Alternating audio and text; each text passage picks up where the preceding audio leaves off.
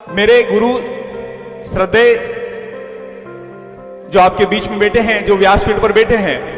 इनके साथ साथ मुझे एक और नई दिशा देने वाले सदगुरु श्री मोहन नारायण जी, उनके सानिध्य में मुझे जाने के बाद मुझे ये पता चला कि जब हम जीवन में आते हैं तो हम क्या कुछ कर सकते हैं। आपका जीवन आपका जन्म महत्वपूर्ण नहीं होता है,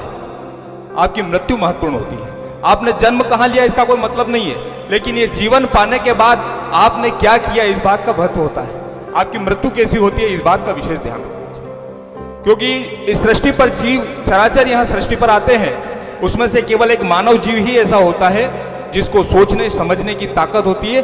वेल, मछली या हाथी जैसे बड़े जानवर के ऊपर भी आप बैठकर हाथी को चला सकते हैं, बाकी दूसरा कोई ऐसा जीव नहीं है जो इस सृष्टि पर हो। आप में विवेक है, सोच है, समझ है, इसलिए मैं आप लोगों से निवेदन करना चाहता हूं कि ऐसे परोपकारी कार्य करना चाहिए जिसपे आप और हम सब और इस देश का कल्याण हो, राष्ट्र का कल्याण हो, इस भारत माता की गुंजायमान दूर दूर तक हो।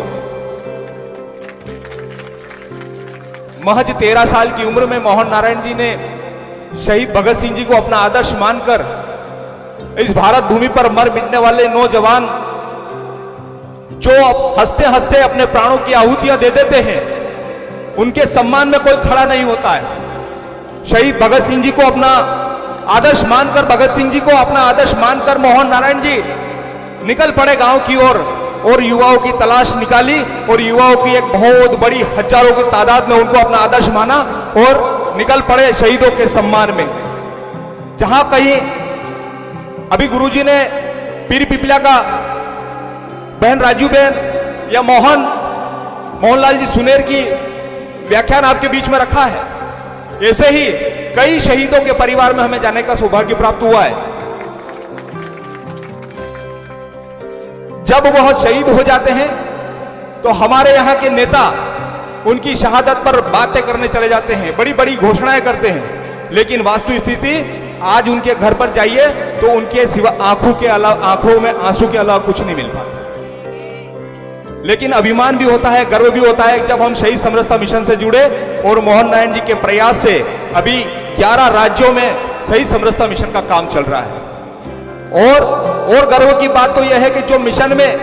जो 21 सूत्री मांग करी है, उसमें अभी हमारी पहली एक मांग मंजूर करी है 2 राज्यों ने, मध्य प्रदेश सरकार और दिल्ली सरकार। 1 करोड़ रुपए देने की घोषणा कर दी और कई सैनिकों को घोषणा के माध्यम से उनको रुपए पहुंचाए। लेकिन हमारा लक्ष्य यहां तक नहीं। 1947 से देश आजाद हुआ और आज तक 2018 में मोहन नारायण जी भाई साहब ने आरटीआई लगाकर सरकार से जानकारी मांगी तो हमारे 36,000 सैनिक शहीद हुए। हमारे मोहन नारायण जी भाई साहब का कहना है कि 36,000 सैनिकों को 1-1 करोड़ रुपए मिलना चाहिए और वो मिलेगा तब आप सभी लोग इस पर आह्वान करेंगे और जुड़कर एक काम करेंगे।